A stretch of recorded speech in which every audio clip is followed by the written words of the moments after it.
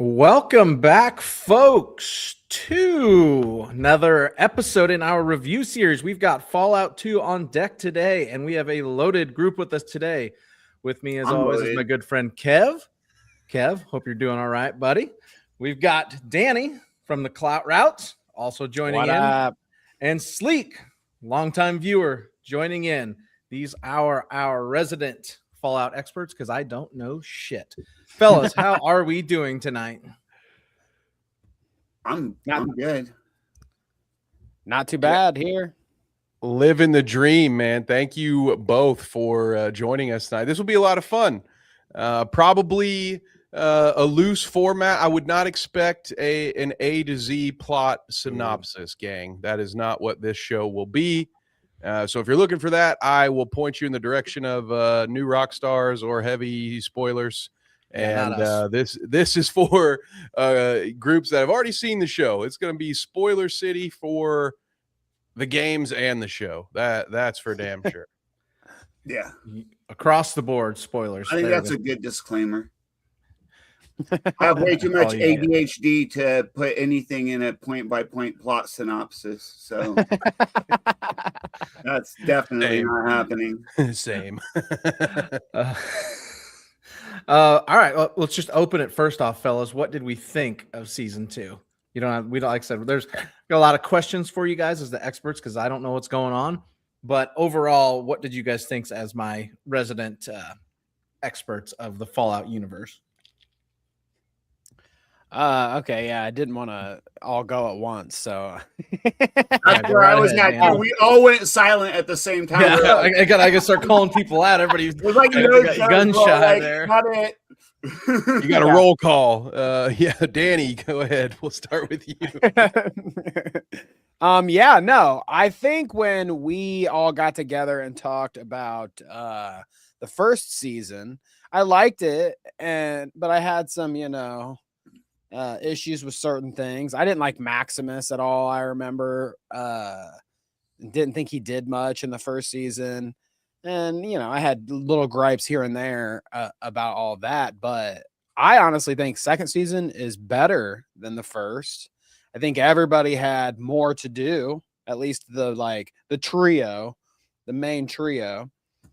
No, I enjoyed where they went with almost everybody. And I can't wait for this third season either. So a thumbs up from me. That's over what here. We need. Yeah. Thumbs up, thumbs down. That's what we're going with. Okay. Sleek, what'd you think? Dang it. I was saying Kevin next. Anyway, no. Kev's next. Kev's next. I can do it. Yeah, absolutely. I will also say, generally speaking, I really enjoyed it.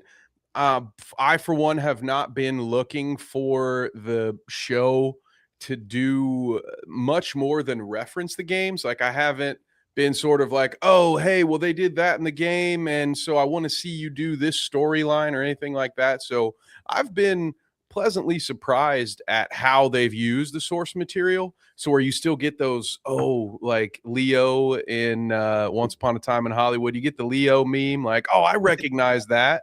Of case in point, in the final episode when they do that scene with the NCR guy shooting, that is like shot for shot. That's like the opening scene to that game. So those are the kind of references and paying homage to the game that I like. And I love that they've been bold enough to kind of do their own thing and say, yes, this exists.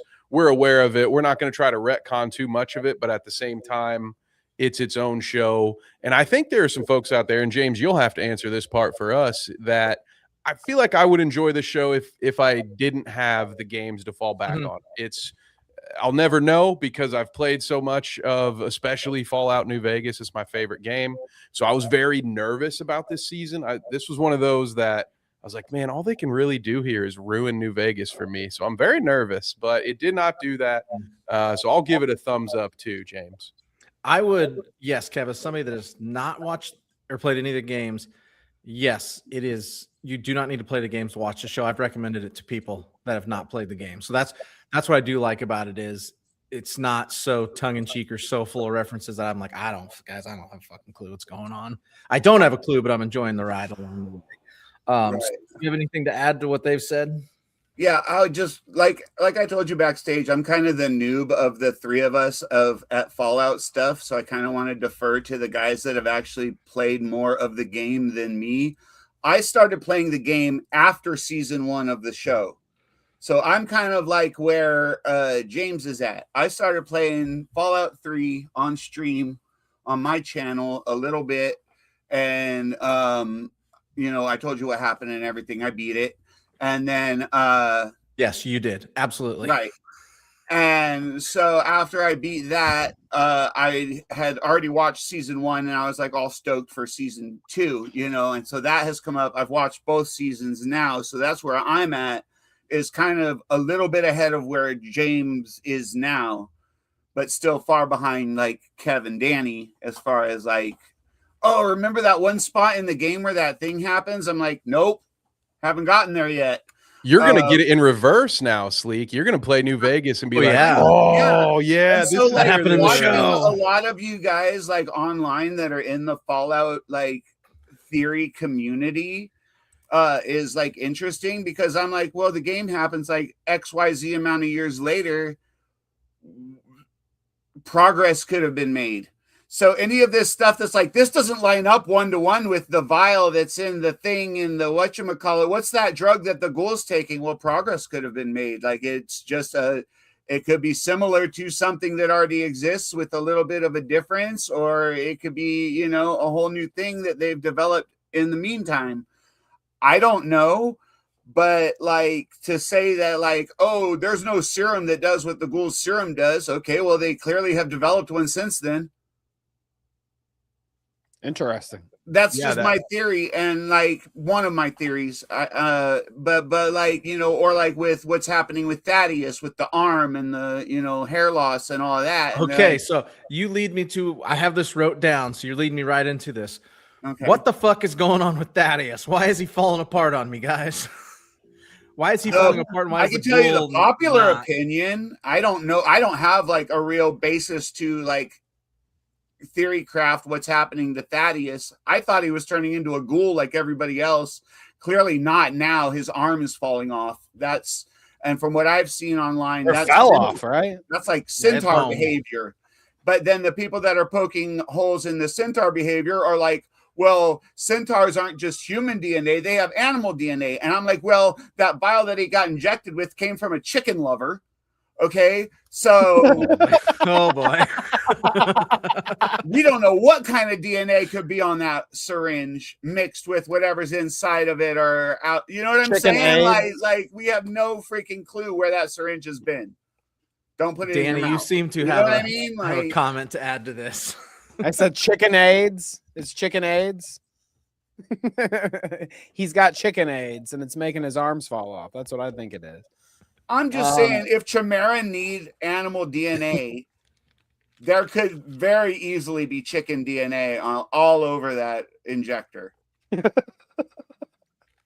is a good point, and I tend to be on that same. I was trying to share this, and then it won't. James, I'll maybe try to send you a photo of a centaur so you guys see that stuff. But that is sort of where I am leaning as well, because the first thing I thought when this popped up was that we would see that it was like the forced evolutionary virus, right? That it was FEV was what was injected to him, that maybe he's a super mutant, but I had forgotten all about the centaurs. And so I'm kind of leaning to that one. And while I pull up a photo of I got it, Kev. Oh, you got it? Perfect. This there thing? it is. Yes. Notice Noticed a lack of certain limbs at the shoulder. Oh yeah, there, arms James. missing. But where's he going to get the extra ones? I guess they'll grow. I don't know. He's nasty as hell, man. Well, see, that'll be interesting because we'll get like, again, typically those are just enemies, and they're like, I don't know if they seem very intelligent either. I don't remember them being like, you don't communicate with these things. I guess there's one in like very early Fallout, like one of the first couple, it's like one or two. I think one of the bad guys is like a centaur-like thing. Right, but that's what's going to make it so sad when it finally happens to him, because we've gotten to know this guy. He's such a nice guy. He took care of these ghoul kids in this bottle cap factory. He's like generally a nice dude. Like overall, he's not a bad guy. Like we haven't seen Thaddeus do much to deserve this kind of a horrific end. And yet, if things are to be believed as they're laid out right now, that may very well be exactly where we're heading. That's what I want. Yeah, I do. I kind of do. I do. It'll be sad, but it'll be like a good kind of sad. Like we'll all go, remember how sad it was when Glenn's eye popped out? Like, remember how sad it was when Thaddeus turned into a centaur? Like that. Yeah. I like That's that. true. And they don't shy away from the sad stuff. I feel like the finale of season 2 was plenty sad. And even with Hank being, by all accounts, a complete pile of shit, it's still sad to watch his daughter in that moment and be like, all the memories are gone. And so I don't think they're going to shy away from the sad stuff. I tend to agree with you on that one, Sleek. That would be very impactful if he goes that route. But I also am not opposed to what you mentioned earlier, Sleek, which is like things could have changed. It's been about maybe, I don't know the exact timeline. Has it been 100 years? It's been some years. It's been 200 years since this whole thing began. It's been a handful of years at least since anything has happened from the game. So it could be something new. It could be something different. And as you pointed out, the chicken lover, could be the master. Yeah, that's true. Yeah, we've seen a head in a jar plugged into a computer, running a bunch of people's brains like NPCs. We've seen a guy getting mutated and turning into some kind of what we don't know what, and we don't know where that stuff in the syringe came from. We don't know whose DNA's in it. What if it's master DNA mixed up in that syringe in with some FEV, and now we just put some chicken DNA, some master DNA, and some FEV up in this guy, and he's about to be not the master necessarily, like with all of the master's memories, but like a new phase 2, if you will, master. Okay. I don't know. It's possible. I mean, it's plausible, whatever. I am a little sad that Super Mutant is off the board. That was the only downside to him losing his arm at a very comedically appropriate time, I guess. But Right. I was like, oh man, Super Mutant is off the table now. Damn it. Speaking of super mutants, did you guys know that Ron Perlman is in this show? He was the mutant. Yep. Oh, interesting. No, that was the coolest thing. Have we talked about Ron Perlman's payment for that gig? He's talked about this not too long ago. Enlighten me. I had no idea it was him. I didn't realize it. He's been doing them since the first one, which I believe predates like Hellboy and maybe even Blade 2, like all of the stuff that made Ron Perlman kind of a household name. Sons of Anarchy definitely was not on the table at that point. Oh yeah, no, not at all. He said it was about a 40-minute job. He said or maybe I'm getting the money. Maybe it was an hour job, we'll say. And he got paid $40 and a sandwich to do it the first time. And he never thought anything of it. And then one day, all these years later, like, hey, the Fallout game is huge. And people know him from that as opposed to some of his other work. I didn't know he was It could have been like just after Beauty and the Beast, Ron Perlman, probably. Probably, yeah. I forgot about Beauty and the Beast, Ron Perlman, to be honest. One of his earliest roles that I could think of, like 90s Ron Perlman, like late 80s, early 90s Ron Perlman, yeah. That's wild. It's like right up there with James Earl Jones doing Star Wars voiceovers for free because he's just like, whatever, this isn't really work. This isn't hard. So yeah, that it is the type of stuff that I was talking about, James, when I said I love the way they pay homage to this series without feeling like they're forced to serve it as a master. It's like, oh, you know, it would be great is if we introduced the narrator to the series and had him play a super mutant. So you take two things that fans love and you give us something new out of it. Like, to me, that is what makes the show good right now. He did the original Fallout 97 was the first one. I did not know he was narrator for these games. That's wild. All of them. It's just the first. I think it's just the intro and the outro. So okay. he's just there. a voice. War never changes. That's right. Yeah. That's right. Got it. Yeah, that makes And then sense. at the end, based on your decisions, you know, he'll do the end narrate. He'll tell you what happened at New Vegas, especially, right? So there's a different outro based on your decisions, and he's narrating all of them. Got it. That makes a lot of sense. So then, which leads me to my next questions is what in the fuck is going on with the super mutants? That is such a weird, it almost didn't fit. Like they save the ghoul from being impaled on a light post or whatever the fuck he was on.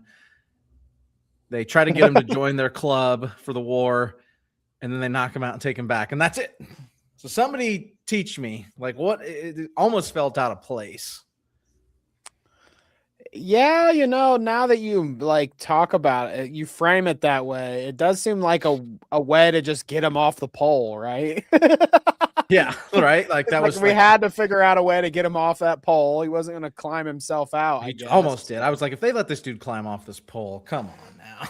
Like, but they did. Dude, when they had him climbing up that pole, and he's like, I'm like, oh, he's gonna do it. He's gonna do it, and he's like. Then he turned into me for like one split second. He's like, right back down. And I was like, oh no. And this show's not afraid to go there, to have you like on the edge of your seat going like, oh, no, he didn't. He didn't do it. He didn't do it. Or like the dog's going to help him. And you think the dog's got his hat. Surely he's going to go find help. Nope. He just goes to some other dudes. He's busy. He's busy. Yeah. I Smartest did dog love in that. the wasteland, but like there you go, there you have it. What's the role these super mutants are going to play here going forward in part in this? And what's this war? Obviously, I know we got the war between NCR and Kaiser. You've got a civil war brewing between the Brotherhood, but what role does these super mutants, and I guess how prevalent how many are there, and what are they going to be doing? Well, there should be a Unknown lot. at this time. They almost wiped a lot of them out at one point. If I remember right. Maybe that's how the lore. story goes. Yeah, the lore goes, maybe. But because literally so far we haven't even seen. Well, we've seen literally one, Ron Perlman. Yeah, I would say like I get. I don't know how the lore goes. If there's some point like Sleek's referencing where there's like, the Brotherhood of Steel wipes out the majority of them or something. I don't know if that's how it goes somewhere along the line. But like, if you think about it, according to the games, like there's super mutants in all the games, or at least all the modern games, right? You're seeing, I mean, probably to the old varying ones. degrees. Sometimes their numbers are stronger from what I've seen. I've only watched some lore videos, like I said, you know, so like, just based on what the kind of those guys that you mentioned to watch if you wanted to get the A through Z, Oxhorn, those guys, like I watched some of those guys, and to try to kind of understand what's going on and stuff, to not be completely like in the dark going into it, even though I'm still in the dark. Like I don't know where any of these places are until I encounter them. Then I'm like, oh, this is that place that Oxhorn was talking about. Okay, I get it now. But like, yeah, so that's I think in one of them they kind of like decimated the not to extinction, but to like really a minimal population. Yeah, it's going to be interesting to see how they play it into the story. So, James, there's no easy answer to your question, as these guys have illustrated. Because there are different levels to super mutants. Some of them are just random super aggro bullet sponges that you run into in the wild. But there's also, I wish I could remember the name. The super There's intelligent ones, which is clearly what Ron Perlman was, because he's there Yeah. capable of full English sentences with no like issues whatsoever. And then there's even the ones that were intelligent enough to speak, but they were kind of dumb, and they all had what are those pit boys that make you invisible? And so there's Stealth one, boy. stealth boy. But thank they're like you. all batshit crazy. Like one of them thinks they're a grandma or something. Yeah, Sounds about right. Yeah, you run into like they all kind of deteriorate mentally. But if I'm thinking about, all the way back to Fallout 1 and how the FEV was used with an attempt to try to create like a better being, there is the possibility, since the show is hinting very heavily that the Death Claws were created by the Enclave, that maybe the super mutants were also at some point, or these versions of them might have also been part of those experiments. So, I mean, I would not be surprised if at some point in the series we find out there's a whole gang of super mutants that are out in hiding and Well, it sounds looking like they've to got an jump back army in. building up based on what the Ron Perlman. I don't know. The character doesn't have a name. Yeah, The we just super call him mutant Ron. played by Ron Perlman. It's Ron. You know what I mean? Like, the narrator, based on what the narrator told us, just imagine that the narrator is they're the same character. Surprise! Yeah, he was the That's super the big mutant all twist of along. season 3. No, That's what they'll do in the next one, or as the next 76 expansion. They'll be like, turns out the narrator was this super mutant all along. right. And just show him just reading a little Yeah, book just- in his big old hands. But yeah, I don't know why it went that way in the show. Why like that Ron Perlman helped him out and then put like that was definitely a weird way that happened. Mhm. I wonder, like, I can't remember from the games. Do any of the super mutants have memories of their life before they got the virus or whatever and got all big and ugly? Because if they have memories, which like I said, I can't remember. If they have memories, maybe this guy knew old boy. Mhm. I mean, And again, that's with there why he being- helped him out. Yeah. with there being a variety of super mutants varying from like normal human intelligence all the way down to like, "Rawr, I'm gonna kill you," like, and that's it. Like, it's hard to say. Do some of them? I guess maybe. They seem like some of them might, like, especially the Nightkin. I think that's what they're called. The ones that use stealth boys, the blue ones. Seem to have had some kind of memory of their existence prior to being mutated in some way, shape, or form. So yeah, I mean, it's possible. And it's possible, again, the point I keep hammering home is it's been however many years between Fallout 4 and this show. So whatever's happening in this show, the super mutants, even if they were reduced to some number and then they, rejoined themselves, found some FEV and started dipping people, is unknown. And then as far as the super mutant saving the ghoul, I think it's possible everyone we've ran into in this show so far has known who the hell the ghoul was for some reason or another, just based on his reputation. Even if they never met him before, they're like, it's like freaking Pulp Fiction. Oh, you're sending in the wolf? That's all you have to say.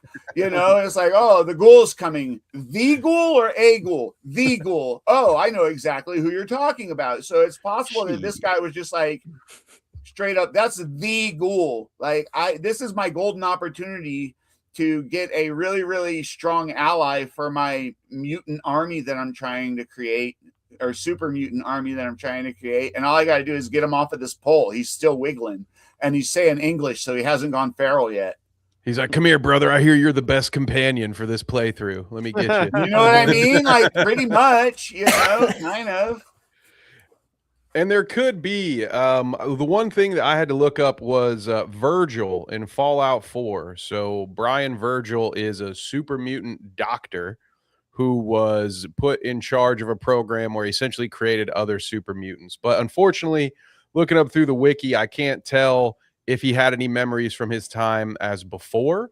But it does illustrate that, yeah, there are super mutants that can be straight up doctors and scientists. So there's such a wide range of how intelligent they are. Have they also gone feral like the ghouls do, which I imagine is what they might lean into with the show, because I think that's one of the best parts of the ghoul storyline is the instances where he's at risk of going feral, and how they introduced that in season 1. And he's got that. I don't even remember what the medicine is that he takes. Is it Jet, or have they ever called out what it is that he? I don't think so. I was Ghoul just is gonna ask. taking? No, they've never said. And people online that are like to complain about things like they do are all like, "Oh, there's nothing like this in the game." And I'm like, okay, so it's something new that we've never seen before. That at some point in the series, hopefully, they will get around to explaining what this new cocktail that he's on is. It could be a mix of Jet and whatever. It could be some, we're not, it's could be something that he picked up during his crazy backstory where he has briefcases handcuffed to himself with cold fusion contained inside. I don't, you know what I mean? Like, that could be a this lot of guy- fun. Hey, as an Oblivion fan, there was a quest in there where you could turn yourself into a vampire, and then you'd have to deal with being a vampire. Like, I think it'd be fun if in the next game you could accidentally turn ghoul, and then you've got to manage those resources and say, okay, I have to take this certain chem every so many hours in the game, otherwise I might lose the game because I go feral. And so I'm here for it. God forbid we add more lore to a show that in a series that everybody likes because of its lore. I mean, I'm like, sure not it's something afraid we of a can new find idea. out if they add it to Fallout 76. Like, I've heard that there are ghoul sightings in 76 now, and or something that'll come out in 5. Maybe we'll find out in 5 what that's all about if Oh, they yeah. don't get to it in the show.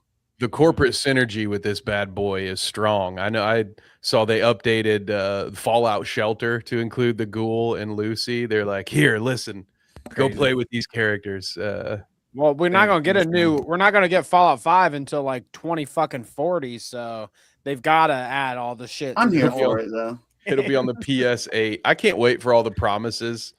It's coming that out at Howard the same makes. time as oh dang, I just forgot Half-Life 3.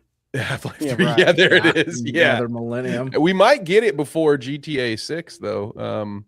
At this rate, but yeah, I can't wait for Todd Howard to stand up there and be like, guys, Fallout 5, we're actually nuking the planet. It's going to be full on PvPvE, an open world, fully immersive. Like, this guy loves to go on stage and make promises that he will never ever be able to stick to. So I can't wait. Like, Yeah, this it'll game be- will work. Yeah, like this. You won't have to mod it. 100%.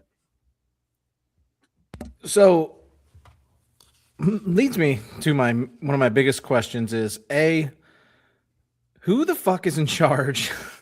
What is the Enclave and what in the hell is going on?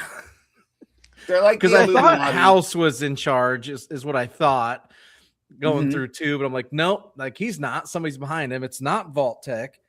And then you're like, oh wait, Hank's not really working for Vault Tech. He's got something else going on.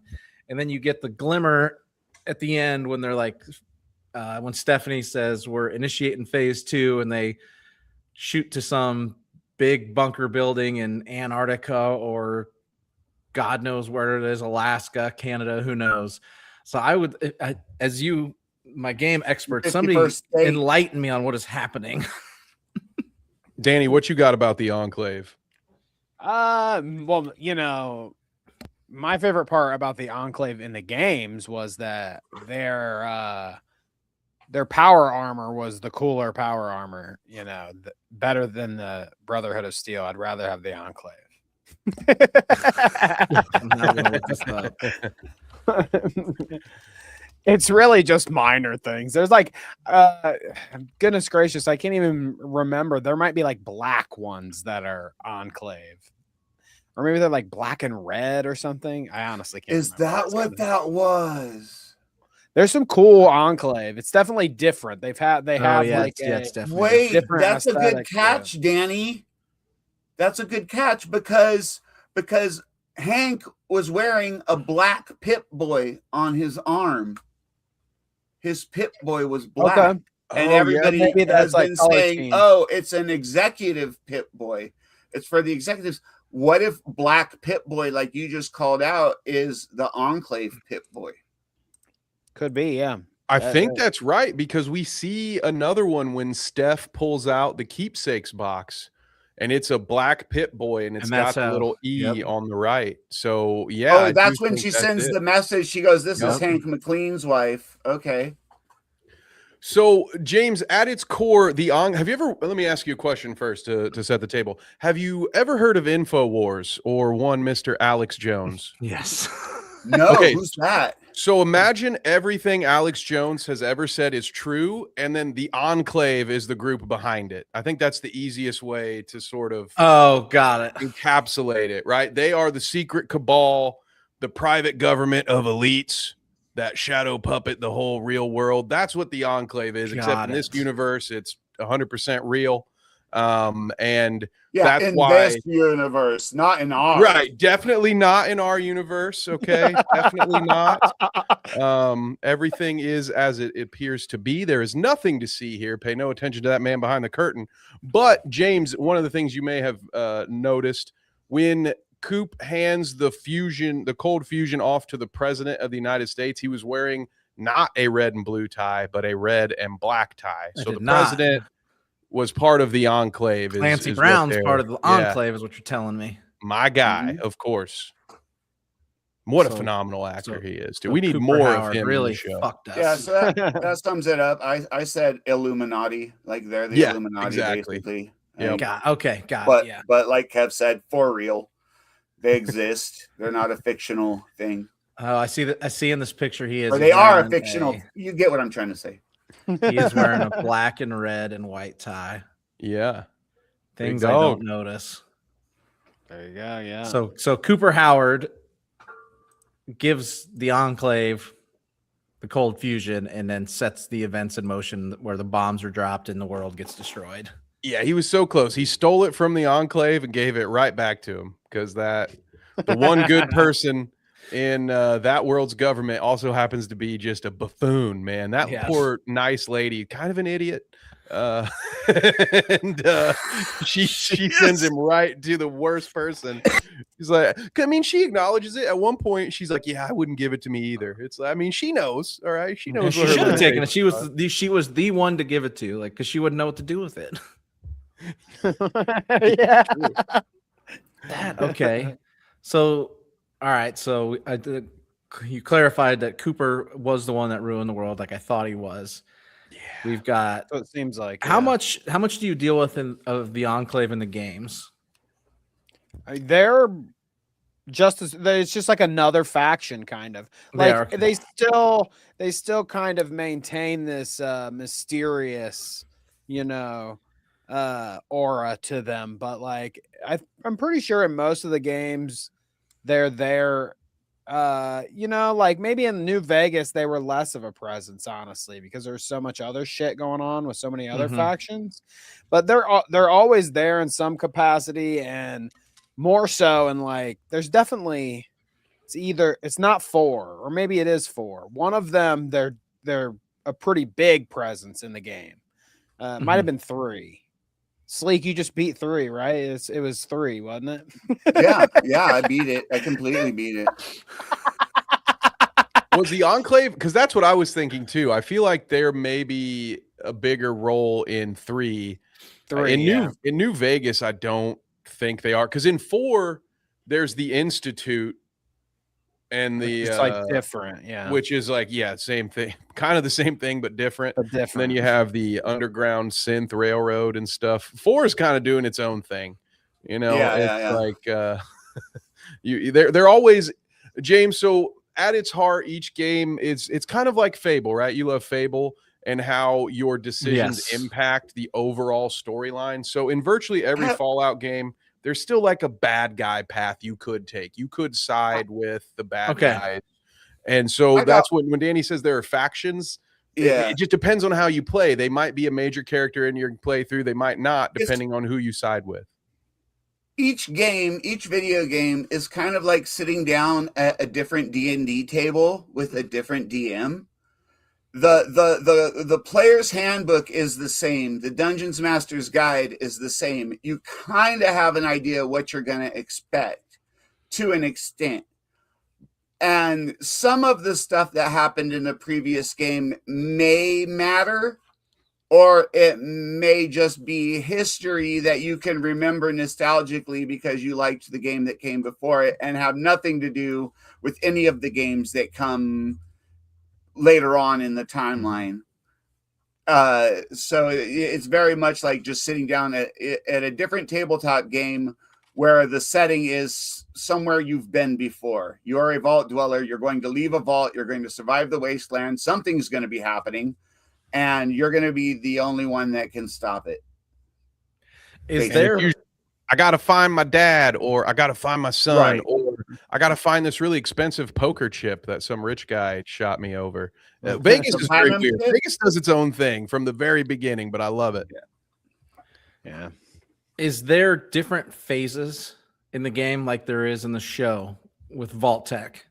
Or I guess the Enclave is really the one running the phases. I'm trying to get an idea of what is going on. Like, Oh, what you're was saying phase like one, when they said what is phase two? 2. Yes. I've It's never not- heard phase 1 before, if that's what you're asking, that we were Mhm. in phase 1 until now that we knew of. So the only way I would know how to divide phase 1 and phase 2 is that when they say, well, we're initiating phase 2, that means that everything prior to that was phase 1 or phase prep stage or whatever. You know what I mean? Like, Yeah, they're not explicit with that kind of stuff in the games in reference with the Enclave. Like at least not like an overarching like Oh shit! I hit this story plan point. where Yeah. they're saying like this is phase 1 and this is phase 2. Plus, I guess you got to think about it as like everything we experience in the game with the Enclave is before all this, right? So like this phase stuff is new. This is happening now. That's like, true. Yeah. further in the timeline. Mhm. So right, this is the latest point in the timeline that we have seen yet. So to me, it's like this sets all the precedent for whatever going forward. Yes, we were playing in phase 1. We just didn't know it. Just like you those guys little- are phase 1. just like Hank's R&D team. We were out there following orders written for us hundreds of years ago. We just didn't know it. you know what you made me think too, Kevin, when you were saying the Institute stuff from Fallout 4, because it's like the big thing in Fallout 4 is synths. So it's like there's robots among us. You can't tell if they're humans or robots, whatever. Oh, fuck. And I think because of how, I mean, this is just a theory, I guess, but I think because of how season 2 ends and, you know, it leaves off like Kyle or Hank or whatever isn't going to be a character anymore, right? Like he's brain dead, dude. He's all done. His memory's wiped, whatever. I think that they're going to have a Hank synth so they can keep the actor in the show. Yeah, he's good. It's at going to be he's like awesome, a Hank synth.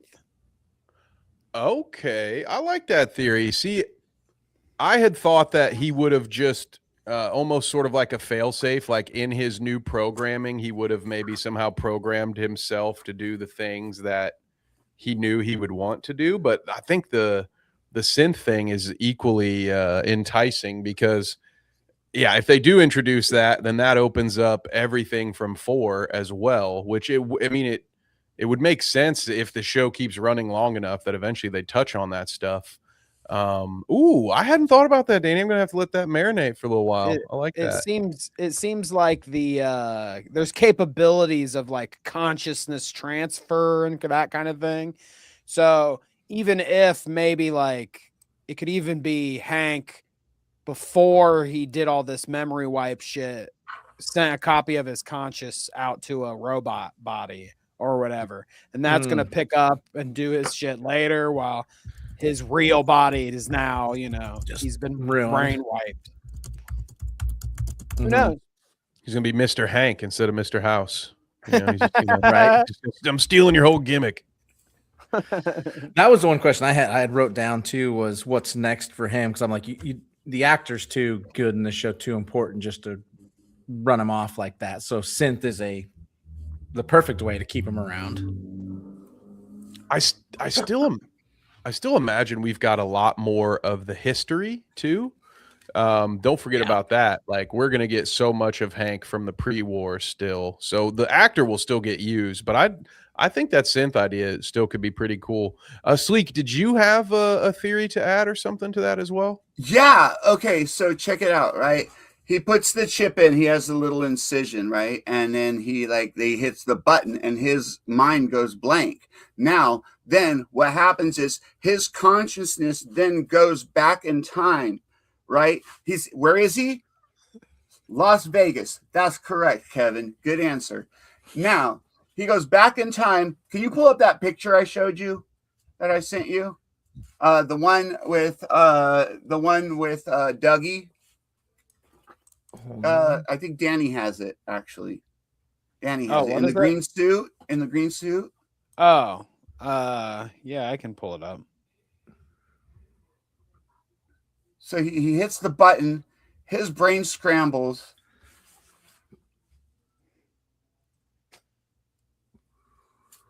He becomes Douglas Jones. Are we showing the picture? I can't see it. No, I haven't got it yet. I'm getting it. Oh, okay. There you go. There we go. Douglas Jones. From where? Twin Peaks. Where is the return set? Las Vegas. So he comes back. He becomes who? Dale what? Cooper. Cooper who? Cooper Howard. Okay. Dang. Now the other one with the long hair. Pull that one up. Oh, okay. Right. Which is not him in Dune, like I first thought. I was like, oh, that's the Muad'Dib right there. No. That's evil Dale. That's evil Dale Cooper. That's the Dale Cooper that still remembers all the evil shit he did in the wasteland and has been in the wasteland. That's why when we first see Dale Cooper, when he comes back in the return, he's all like, long hair, disheveled and shit. He's been in the wasteland. I solved Twin Peaks for you. You're welcome. We did. Hang on. I got to put up the spoiler alert here for Twin Peaks. Yeah. The Twin Peaks spoiler alert. Whoops. Didn't think you don't You've need had a plenty of spoiler time, to be for- fair. I was You've gonna had say, plenty of time. you don't need a spoiler for Twin Peaks.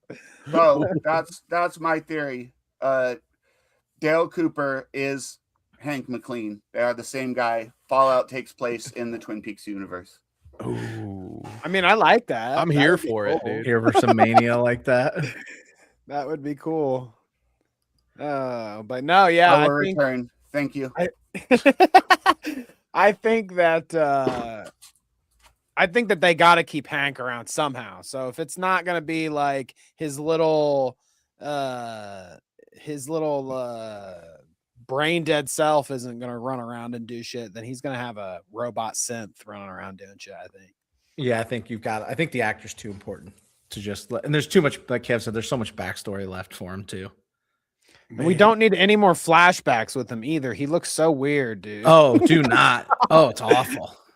Let's not do the flashbacks anymore. Yeah. That is fair. Yeah, I do hate the de-aging stuff, especially when you already have a built-in narrative device that would allow you to keep him the same age. You know what I mean? Like, they didn't need to de-age him super hard. He could have just been older when he went into cryos. Yeah.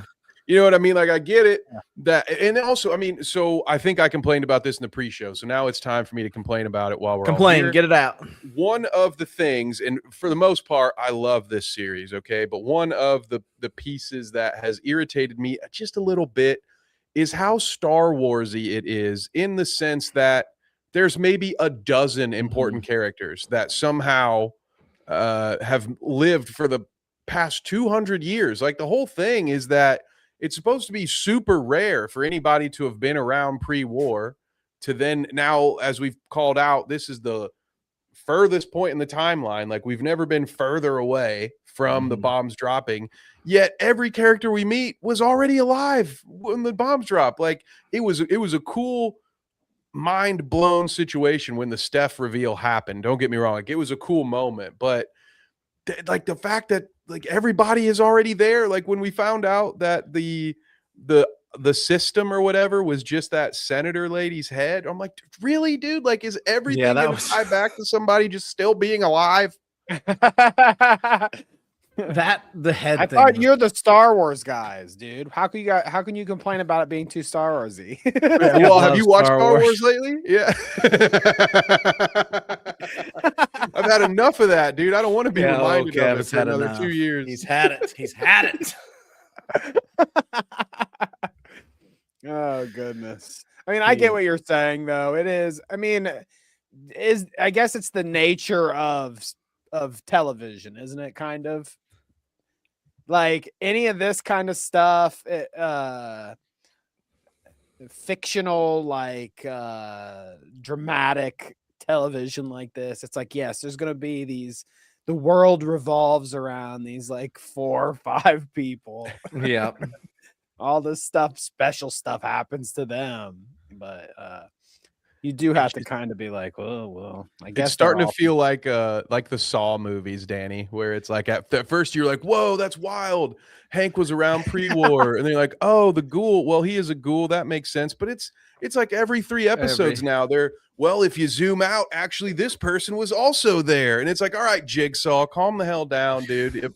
I'm tired of you tricking me in these flashbacks, but yeah, like I said, ultimately I'll live with it. It's a minor critique, but yeah, so some of this stuff, it's like, I get it. He had to be a young man and so that he could be older now, but I hate de-aging. It really doesn't look good. I think it should be used as little as possible, right? It looks awful, man. What's wrong with just casting a guy who kind of looks like him, like, it doesn't have to be him specifically. It could just be somebody. Okay, if this is actually years ago when he was younger, it could just be a different person. Like, you could just call the character Hank, and then people be like, "Oh, that must be Hank." Okay, I got it. How long did that take? Just shoot somebody from the back with a black wig on, and like call it a day. Like Jesus, there's practical ways to deal with this that don't need you to de-age Hank. I'm sorry. I agree. You could put like pictures of Kyle MacLachlan from Blue Velvet on the shelf in the background and be like, see, there he is, freaking young Hank. Look at him. He sure does look young back when he was young, like when he was on Dune. You have hundreds and thousands of pictures. You could use photogrammetry and make an exact replica of his face when he was that age in like 3D rendered, but you don't because you're cheap, because you're Hollywood. Pay the money and get the guy's face right, or don't do it at all. Yeah, that's true. That's an Amazon deal. And if you don't believe me, go watch my 2-hour video on War of the Worlds. Okay. You love that movie. That company is mailing it in every time. So what was everybody's? I was just going to say, what was everybody's favorite, favorite storyline? Because somebody said something about the head in the jar doing all the commanding all the things or whatever, controlling the place, and that to me was the most like visually piece that I'll remember from the season. Like when that happened, I was like, what the fuck is that? Like that's what my favorite moment, maybe, because that I won't forget from this season. What's up, Shadow? My number one fan. We got Shadow and Harles in the chat. Shout out to you both. Harles is here too. Awesome. Danny, my favorite part was watching Uncle Rico get his forehead stapled over and over again. Do you realize that, James? The bald guy in that scene, that's Uncle Rico from Napoleon Dynamite, the old man NCR. I did Finally not. figured out I time did not travel. realize that. No. I could once I realized it, I couldn't unsee it. And so those scenes that are supposed to be really intense, I'm just hearing him say, I bet I could throw this football over them mountains. And I'm just like, dude, this poor guy, like he's a good character actor. I can never see him and not immediately think Uncle Rico. For me personally, I think it's the Ghoul. I really like the way that it ended. It was, I don't know, it wasn't a surprise to me. It was exactly what I expected, that he would get there and she would not be there, but there would be some kind of note, and so his journey would continue. But that's the part that I'm loving. I am loving the way we get a little bit of the Ghoul's history and then we jump back. I even love the way they transition those shots.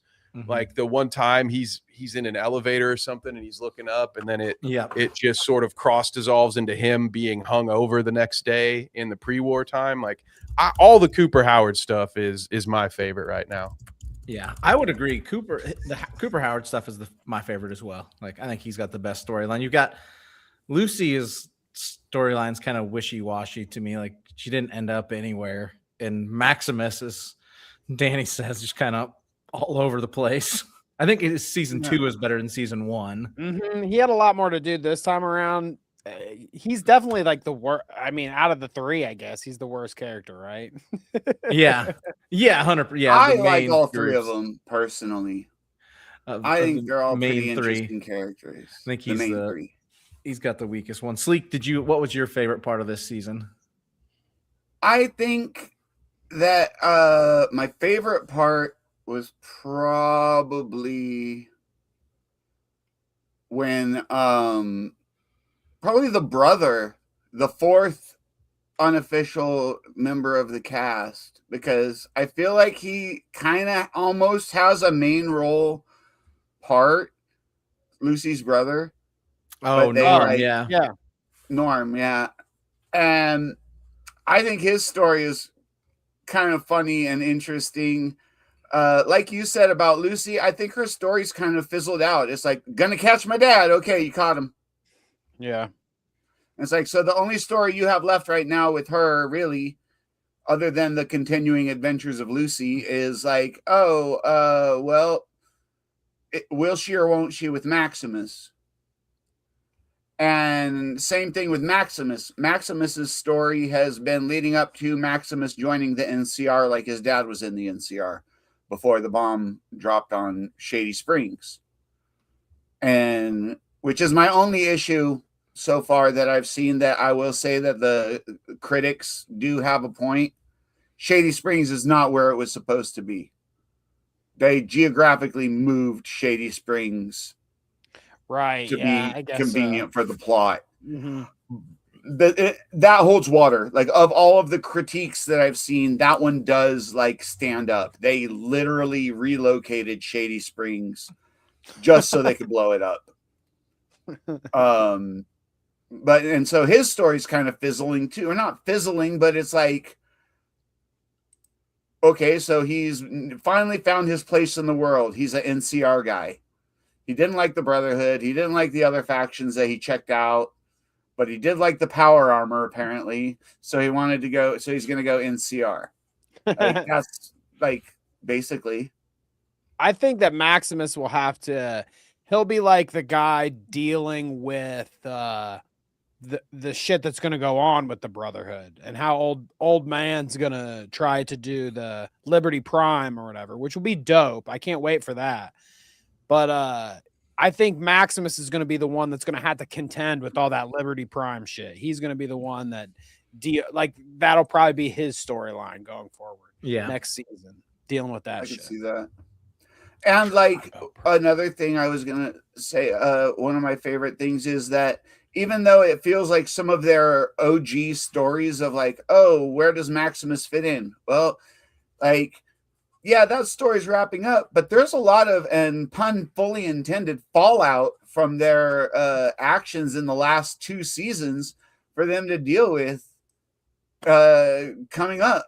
And there's plenty of new stuff coming, but their original character arc where they were going, I think that's just like, that was like a teaser to get us into the show, and now they're like, yeah, well, don't worry about that because that's not going to happen because the Wasteland has other plans, type of thing, you know. And like, I don't know what'll happen with Hank, but I just had an idea when I took my break a second ago.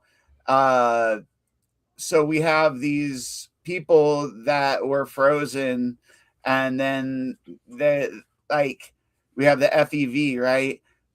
I'm thinking like,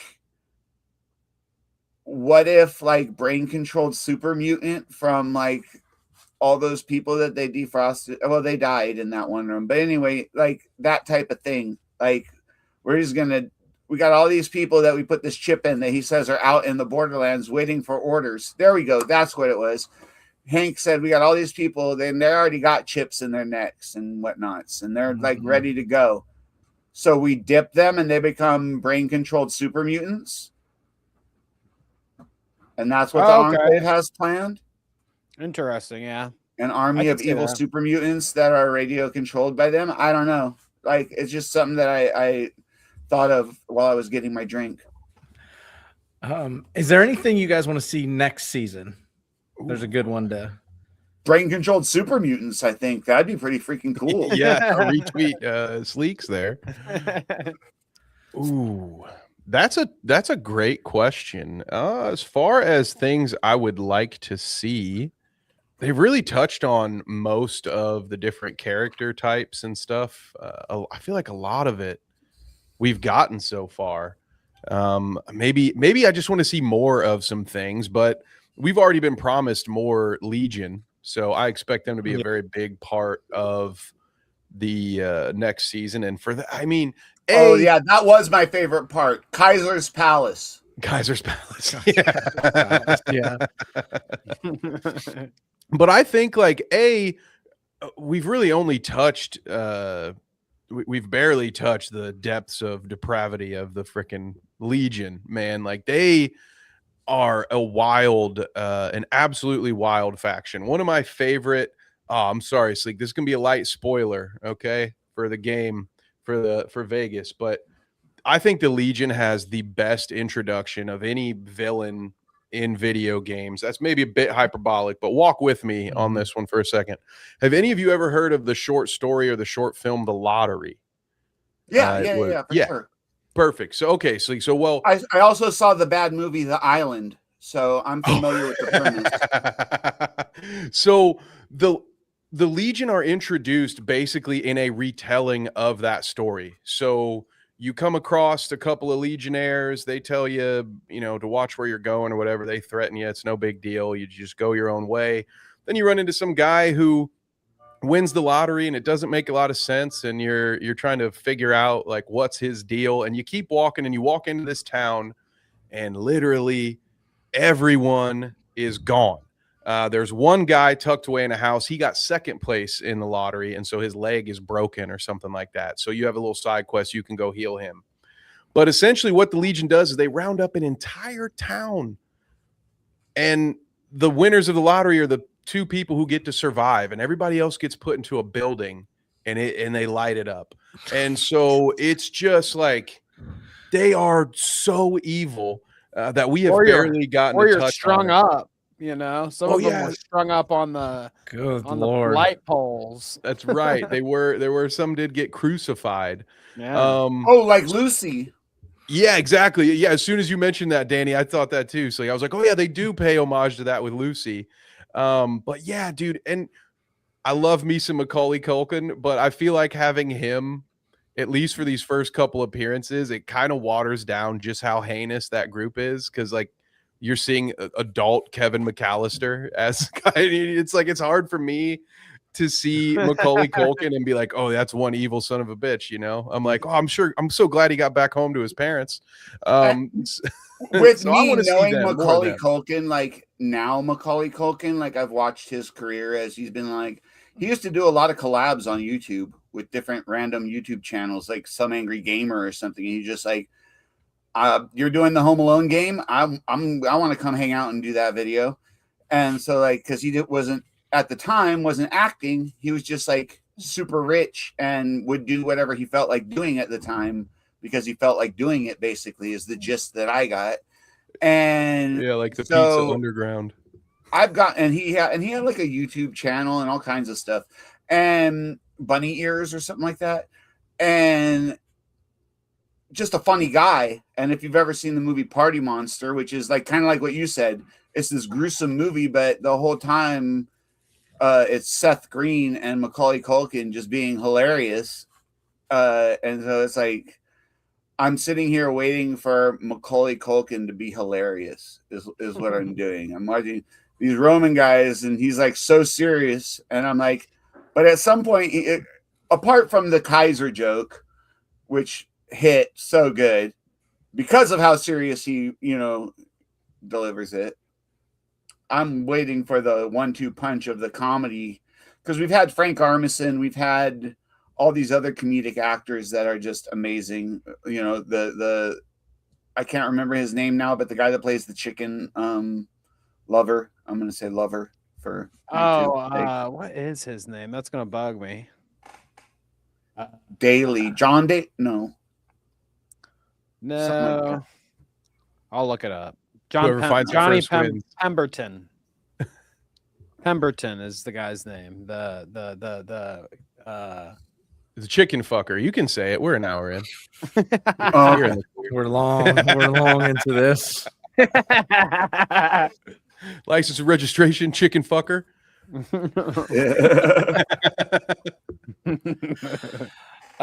Any final thoughts, fellas, as we wrap this up? Do we miss anything? I think we hit most of the stuff I want to talk about. You guys have anything else you want to add? Is Woody dead? I do have that wrote down. Is Woody actually dead? Did Stephanie kill Woody? Or is he being sent to be a super mutant? 100%. I think that the flashback with what I presume was her mother saying, don't think of them as humans, think of them as Americans. Yeah. Pretty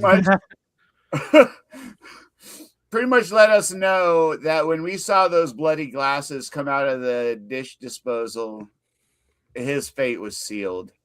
Those weren't misplaced. I guess we'll see.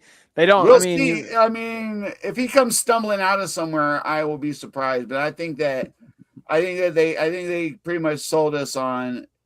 But that's what they do, right? They give us like 3 good leads that lead you to believe that they're doing one thing, and then they button hook you and go to the right. They're like kind of like old school WWE. You always think you know what's about to happen, and then they like take a sharp left, right before they get there and surprise you. And usually they've done a pretty good job, I agree, of subverting expectations at times. That's the word.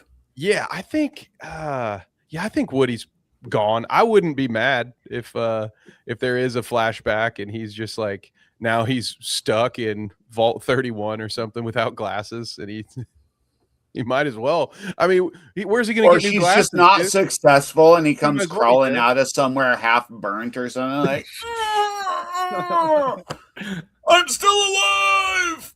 I want to see Woody leading the death to management movement. All right, I want to see him lead the rebellion. But I think he had another show that he was doing, and I think this was is he in Severance maybe? Yeah, I think that's what it was. Yeah. And so I think this was sayonara for that character so that he could go finish doing Severance. Oh, maybe. That's right. Yeah, I think that does track. And apologies, chat. I'm hearing, guys, that for whatever reason on the YouTube side, it's just eating up people's chats. So for what it's worth, we have had people trying to talk to us throughout the show, but sorry about that, gang. I do see that the test chat just came through, but apologies. We'll reach out to. Is it still Susan? Who's the boss now? Who do I report this to, guys? It's not Tony Susan. Danza. It's a robot somewhere. Oh, it's a Oh yeah, we're just screwed. It's Yeah, Mr. House. It's fucking true. It's Mr. House. It is. Mr. House didn't like what we had to say about him.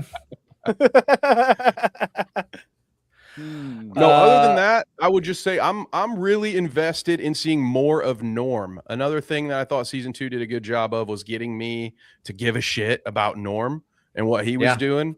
I found it kind of funny the way they were able to kill off 30 characters all at once. That was pretty unique. So, but we've got Norm. I felt like he had a good character arc throughout the season 2, and now I think maybe he's being set up, as you guys have mentioned, like Lucy's no longer chasing her dad. Norm probably will be, and of course the audience will know, but like there's still a lot more. So maybe Norm kind of ascends into that 3 main character role now that his dad has no memory, and we all assume that Hank will have a lesser role. I still expect to see plenty of him in the flashbacks, but maybe in the modern timeline scenes, I'm hoping we get more from Norm. He's been growing on me. Yeah, I'd like to Maybe see where he his becomes is an going, his story's going. antagonist towards Lucy. Like to see where his story is going. Don't have an idea on him, other than he's got his sister. one nice friend. The rest of them are all killed by bugs. Brad Roaches, yeah. They are all dead. Fellows, thank you for joining me. We could go on forever on this. Outside of here, we'll do round the horn here. Danny, where can they find you at? I am at Route Clout, as you see there on Twitter. I'll hang out there sometimes. You can catch me there. You can also catch me on Tuesdays at 6 p.m. Eastern, sharp, of course. I do the Clout Route with my friend down there, Mr. Kevin, the other bald guy. Well, you know, in a group of bald guys. Down, right? A lot of bald guys. The one with the hat forward. There you go. Kev, same for you. Where else can they find you at, buddy? Well, if you're looking for me, I would suggest starting at 6:20 on Tuesdays over on the Clout Route. We'll definitely be live by 6:25 to be safe. Other than that, of course, just turn those noties on for us so you get those notifications when we do upload. And I've got a big event this weekend for Benchmark Pro Wrestling. I am beside myself, guys. They scheduled a wrestling event on the same night as Elimination Chamber. So I'm going to be just all over the place this weekend. But I'm looking forward to putting that show together. It's going to be a great show, and that will be available to you on Carnage Media's YouTube channel sometime next week. So keep an eye out for that. But other than that, right here, where James and I hang out throughout the week. Not going to have the Wednesday live for a couple of weeks, though. So we'll make it up to you with some extra videos. But I'll let James wrap up on that. But what about you, Sleek? Where can the folks at home find you? You can find me on the Sleek the Geek channel, where I, having just beat Fallout 3, I will now spoil the inside joke at the end of the stream. I was playing on a cloud service, and I got through a very early mission, Anchorage. It's like basically the beginning of the game.